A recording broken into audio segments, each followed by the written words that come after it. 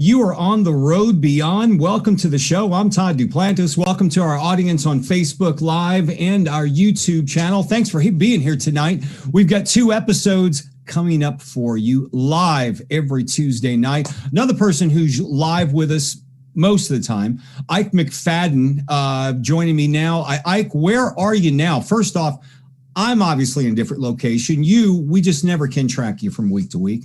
Well, thank you for asking. I am in Atlanta, Georgia. That is in this country, which is the United States. You may not know this, but the Atlanta is an old, I believe, capital from the Civil War, or as we call it, the War of Northern Aggression. So it has a lot of history down here. There are a lot of very interesting combinations of things like blurry big feet and Loch Ness monsters and ghosts. So it's a great kind of historic place. Yes.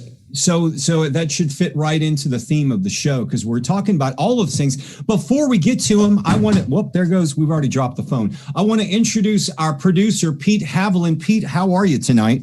I'm doing great. How are you doing tonight? We're good. Hopefully you'll be with us for the next half hour or so during the show. Maybe pop in, ask a few questions. Sure. Well, just to be clear, I actually don't hope that. Okay. All right. Just to be clear. So, Pete, we all do, except for Ike, hope that you will ask a few questions during the show. I will make sure that I ask Ike enough questions. All right. Thank you, Pete. Okay. Ike, we in the past, it's weird. Over the last 6 or 7 episodes, this reoccurring theme has been coming up. One of the things that keeps piquing my interest is Goatman. What is Goatman? Goatman, is that like a Bigfoot? We're going to find out about Goatman tonight, specifically the legend of Goatman's Bridge. That's right. We have tonight with us Becky Vickers. She is a well-known, respected paranormal investigator, and she has been featured on TV shows like Ghost Adventures and My Ghost Stories. She's a writer, blogger, speaker, investigator, and a paranormal tour guide. And she's been called the Texas wildflower of the paranormal because of her unique style and her southern charm. Thanks, Ike. We're going to now introduce you to Becky Vickers. Becky, welcome to the show. Thanks for being here tonight. Hi, guys. I'm so glad to be here with you. So tell us your nickname, the wildflower, the Texas wildflower of the paranormal. Tell us a bit about that. Just everybody says that the way I talk, first of all, just automatically is like a Texas wildflower, Southern rose thing. I don't know. But I do have a unique style. I'm always trying to think outside the box, and I don't know. It's just a name that some people gave me a few years ago, and it's kind of stuck with me.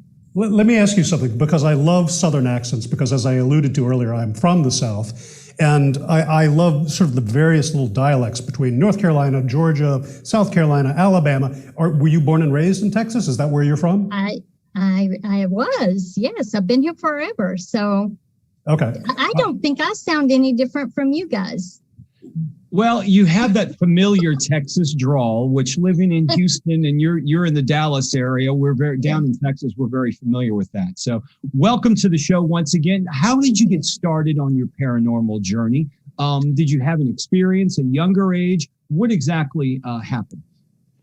Just when I was very young, 16, 17, I lost my grandfather. Like everybody, they lose a loved one and they're devastated by the loss. And for me, it was just something I couldn't deal with. I wanted to still communicate. I just couldn't say goodbye, basically. Yeah. So I just started reading and studying everything I could about how to communicate with the dead, basically. And here I am. Well, let me ask you this, just to follow up on that. When you lost your grandfather, did you lose him suddenly, or did he go through the dying stage? Because, when I lost my first grandfather, when he passed, it was a long period before he passed away, and we had discussions before you died. Did you get that experience? No, it was sudden. He went in for a triple bypass. and made it through that fine. And I got the phone call. Everything's great back. He made it through. But by morning, he passed away, and the doctors were crying. No one had any explanation.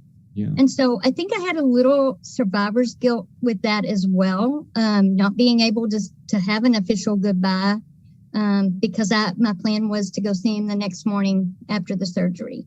Right. So it was sudden. It was sudden, unexpected. So you mentioned earlier about some of your research into communicating with people who've passed on. Did you actually, in this case, were you able to have some kind of communication with your grandfather? Yes, many years later. It took a lot of time to understand how to communicate and what what you're getting real, and the voices you're hearing, are those real, and how to really tune in with your inner voices. But it was many years later that I actually had a visit, what we call visit in the paranormal world, where I could see him, I could feel him, and talk to him and get the closure. He told me it was fine and I needed to let it go, that I wasn't able to say goodbye.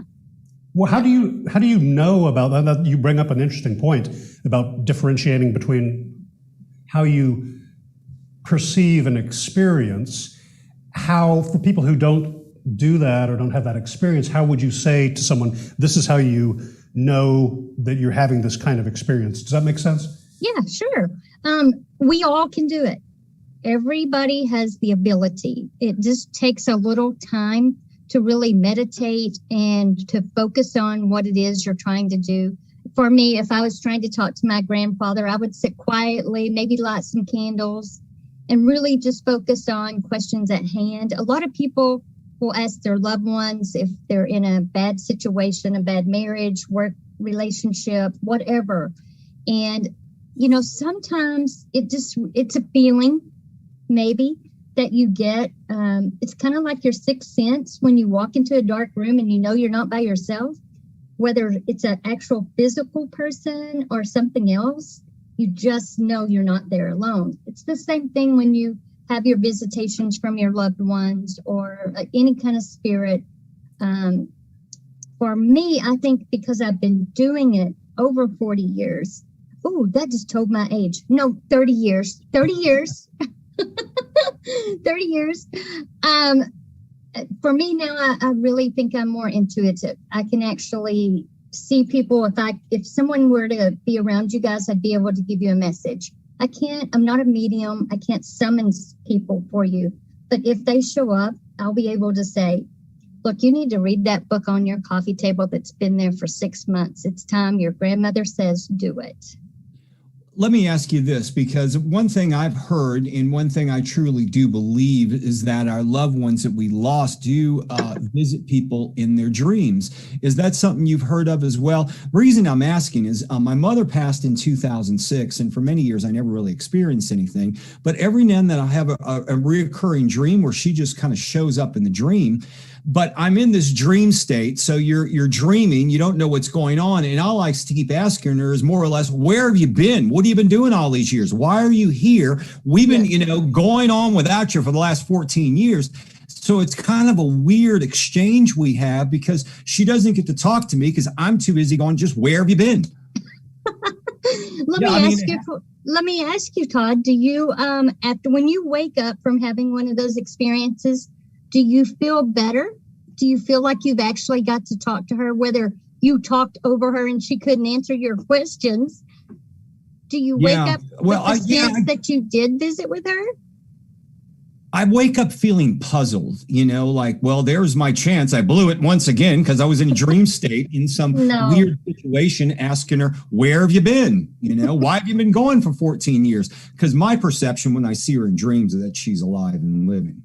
Absolutely. The thing, there's 5 stages of your dream state. And when you get to that 5th level, it is complete. You're blocking out. When we're halfway awake, we're still analyzing everything. We're still, I'm half asleep and the TV's on. I think I saw a shadow or whatever. So when you get to that 5th dream state, it's all tuned out. And so it's really, really easy for your loved ones to come through at that time. and give you a message and talk to you. If they do nothing but show themselves to you, how you've seen her a few times, Yeah. that's because you've needed to see her for a reason. Yeah. Whether there was some life event, some change, or some inner longing that you needed, that's 100% a visitation from your loved ones. Wow. Let me ask. I don't mean to get talking. I don't mean to get too morbid here, but my mother also died not terribly long ago, and I've had several dreams about her, and they're kind of in two categories. One is almost seems like some kind of robotic scene that's being replayed, and during the dream, I'm aware that, oh, this isn't real, my mother's dead. And then there's another very small amount of things that seem like very interactive, where I'm having a conversation. It's a sort of a two-way interaction. When you talk about these different, I'm sorry, you said there were 5 different levels of these things. Can you tell us a little bit more about that and what you think that means? Right. So again, it's kind of like closing off the door to the world. I mean, when you lay down to sleep, now I know guys can do it better than women, but turn things off and fall right to sleep instead of thinking, oh, I have to do laundry, I have to do that. Again, in that 5th level, you can also subconsciously talk with that person. So maybe your mom, says, I'm here for you. I know you miss me, and you need to pay attention to the signs. That's the biggest thing, is people overlook the signs that your loved one give you because they want to analyze everything. So, I would challenge everybody to ask for a sign, and we can talk about that later. But you are able to subconsciously still have a conversation with your mom if you want. And for me, when I have those conversations, they're rare because when I talk with my grandfather, it's very rare, y'all, because I think the things I do talking with all the other spirits, I don't want to just call him in for everyday stuff. Does that make sense? You know what I mean? Like, hey, don't just show yourself or give me a sign today. I want it to be a really special interaction. And sometimes that comes in your dream state. Usually you can feel better after you have a visitation. Like I know for me, when I have a visitation where my grandfather comes and maybe it's a simple thing where he'll say, hey, it's okay, and I think you should do that, a career move or whatever the case may be. Okay, I'm sorry. Ike, your mom has her hand on your shoulder. Okay, that's it. And moving on, she says, move on. Okay. So definitely you can subconscious communicate with them. It's the same thing like talking to the dark, except you're really having one-on-one communication. And hopefully you do feel better in the mornings when that happens. Incredible. We've been talking with Becky Vickers. She's a paranormal researcher. We kind of went in a different direction. That's kind of how the show goes, where we're talking about and meeting or talking or conversing with our loved ones who have been passed. Becky, we want to talk with you about your book, The Secret of Goatman's Bridge, True Tales of Chilling Paranormal Encounters in One of the Most Haunted Bridges in America. Woo, yes. Of Goatman's Bridge. Where is it? Maybe you can give us a little bit about it. Yes, it is in Denton, Texas. It's an old trestle bridge that's been abandoned. You can't drive over it, but you can certainly walk over it. It's a beautiful place, very scenic in the afternoons with the sky and the trees. And then when the sun goes down, it's a very, very different place. It has a lot of satanic stuff tied to it that still to this day, as recent as 3 or 4 months ago, things we've seen on trails during our tours that, just aren't normal, aren't right. Very haunted bridge. Well, so let me ask you this. What, I've heard the phrase, everyone has the phrase about satanic things. My understanding is that most things associated with Christianity and Satan are typically old religions that predated Christianity. Like you have sort of the Goatman in a lot of mythology is really some reflection of Pan, who's been around since Greek and Roman times. Do you actually feel like these are representatives of the Christian devil, as they say, or is it something older than that, or what is your impression of this stuff?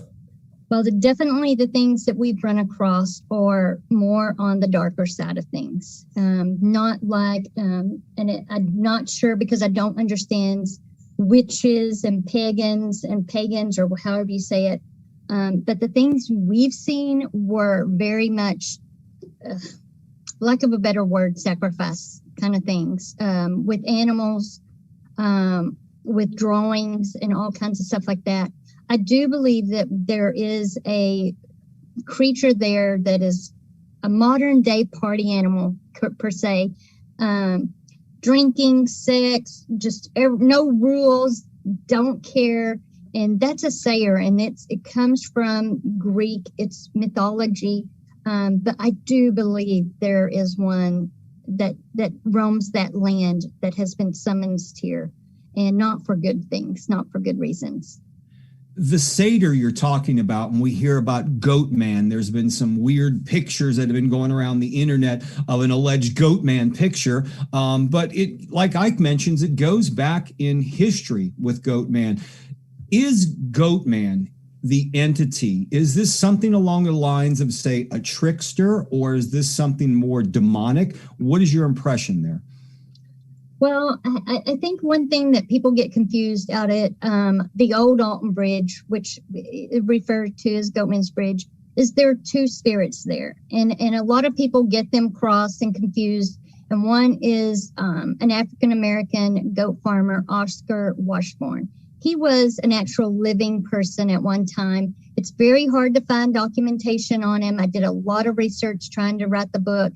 But unfortunately, there weren't a lot of good records kept on African Americans back in the early 1800s as far as land and birth records and death certificates. He is a very, very friendly spirit.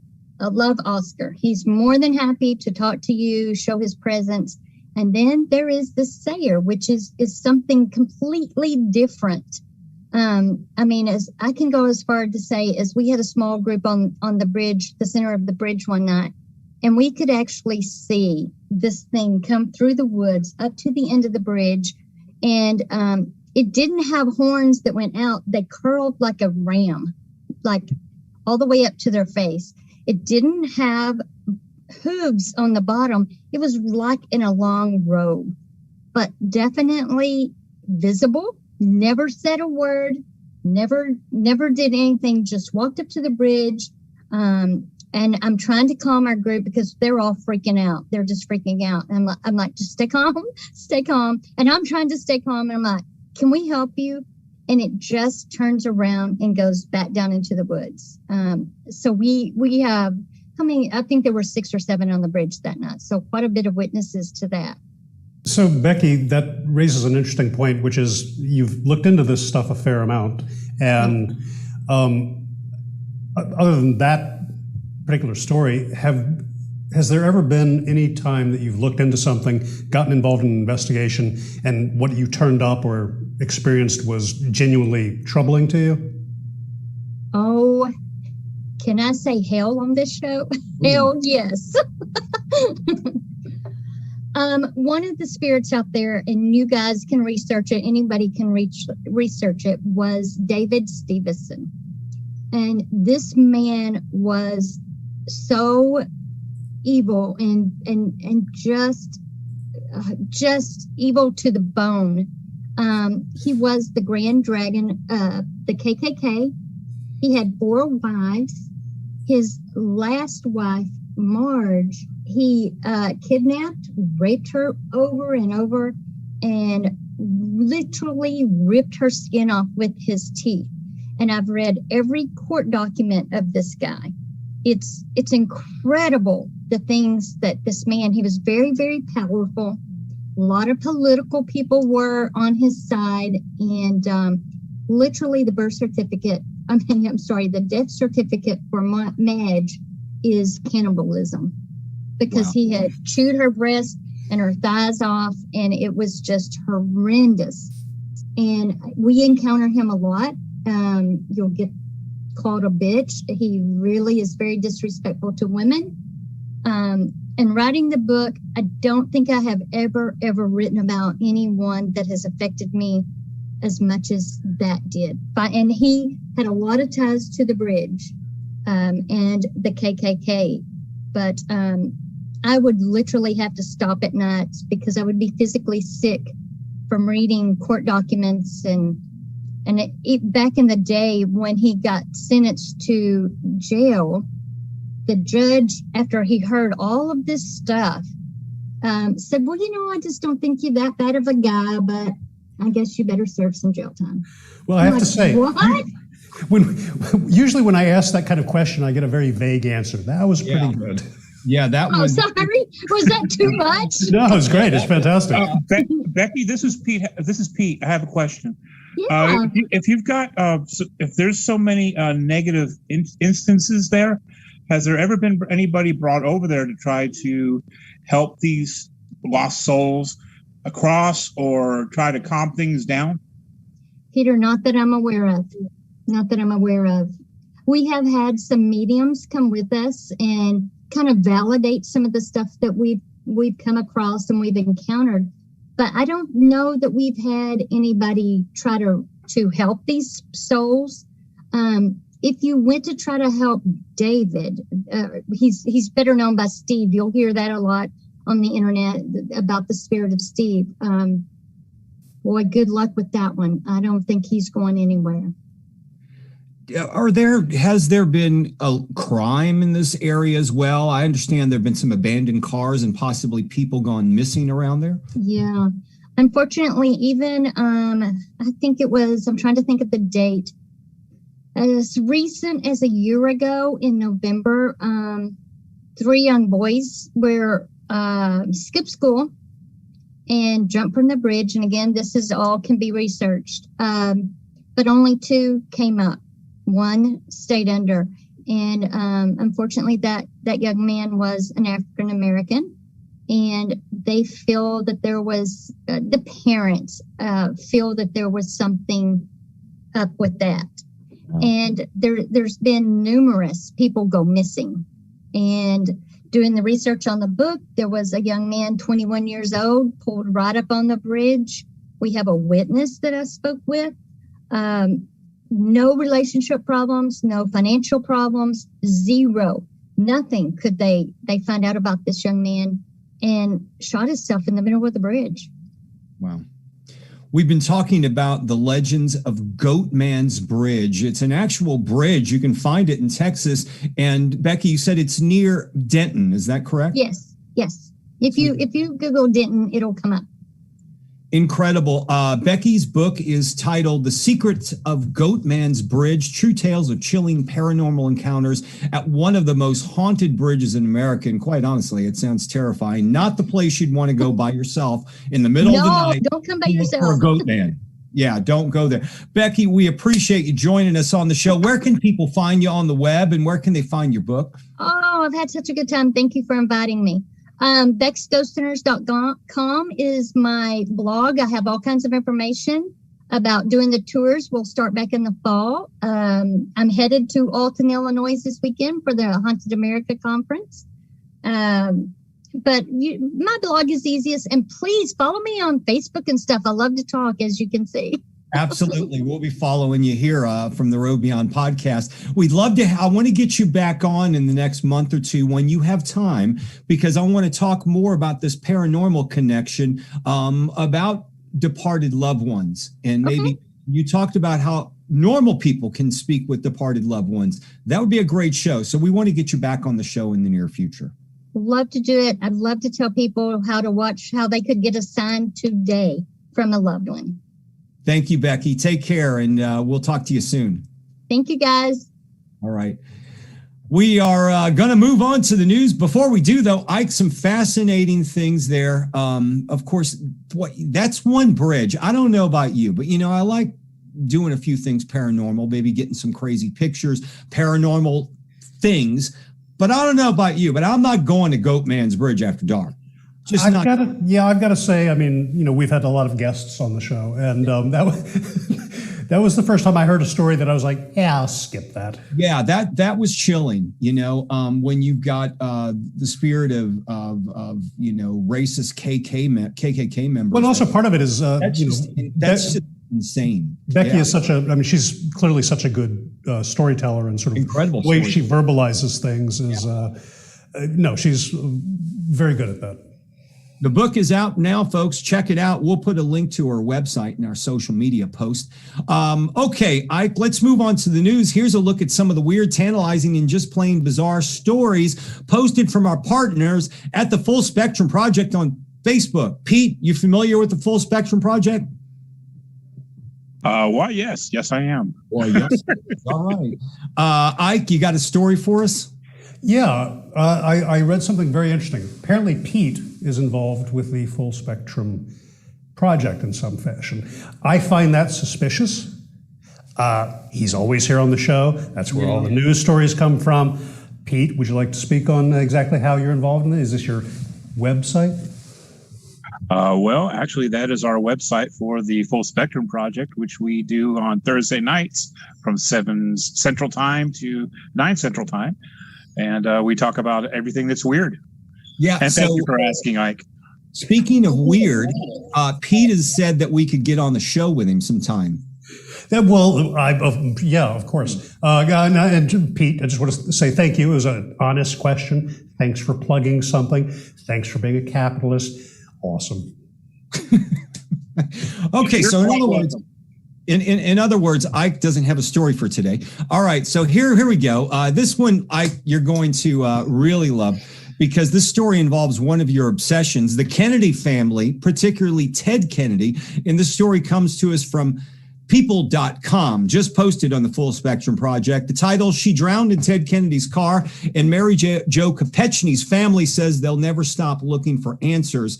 On July 18th, 1969, Senator Kennedy and then 28-year-old Mary Jo Kopechne attended a reunion party on Chappaquiddick off Martha's Vineyard. Reports say they drank a little, had a great time, and later that evening, somehow Kennedy's car went off the Dyke Bridge and landed upside down in the waters below. Kennedy escaped. Kopechne remained trapped inside the car. Her body was later recovered by divers. Kennedy claimed he could not remember how the accident happened. News coverage after the accident focused on the fact that Kennedy waited 10 hours before reporting the accident to authorities. He was charged with leaving the scene of an accident and pleaded guilty. The family's now come forward in a recent interview with People magazine, saying news then focused on how this would affect the rising senator, not the woman who drowned in his car more than 52 years ago. They say their work is not done and many questions remain unanswered, like why did Kennedy wait 10 hours to report it to authorities? What happened leading up to the accident? And why was another woman's purse found in the car? They're hoping by coming forward, they started a scholarship in Mary Jo's name. And they hope by them speaking out, someone's still alive that has some answers for them. And Ike, they're hoping they come forward. Discuss. What are your impressions here? Well, I try to be forgiving about these things. It's like we're all guys here. We've all had dates that didn't quite turn out as expected. We've all thrown the occasional woman off of a railroad bridge. I just don't see why. And no, to be serious, I mean, it doesn't sound good, but the fact that the family is all still alive and still pressing questions, who knows? Yeah. Well, I mean, there are a lot of questions that remain unanswered, and did Kennedy get off because he was a Kennedy? Well, actually, Pete, maybe you know the answer to this. Do you know what was the official excuse about why it took so long for him to report this? I believe that he went. I think he went to. I think it was a friend of his house, if I'm not mistaken, to try to gather his thoughts and to see what he needed to do or what he wanted to do. But then again, it was a different time back then too. Folks would more or less play the game, the political game, and unfortunately, Ms. Kopechne was left out on that one. Right. Yeah. I mean, It sure was. And it was a tragic story. It happened. There are some answers that need to be found out. And hopefully, with the family speaking out, they may get some answers. Somebody knows what's happened. And sooner or later, somebody will come forward. Hey, guys, our next guest is on deck. We're going to be meeting with Brad very shortly. But Ike, you want to remind folks about our social media? Yes, folks. We've got social media on YouTube, Facebook, Twitter, Instagram, if you follow Todd Duplantis. And unless you're Robert F. Kennedy or any of the Kennedys, leave us alone. We don't know anything. Yeah, they're not fans of the show. Pete, we'll see you in a few minutes. All of you, we're live on Facebook and YouTube. Stay tuned. Our next episode of the Road Beyond podcast starts very shortly. We'll see you next time.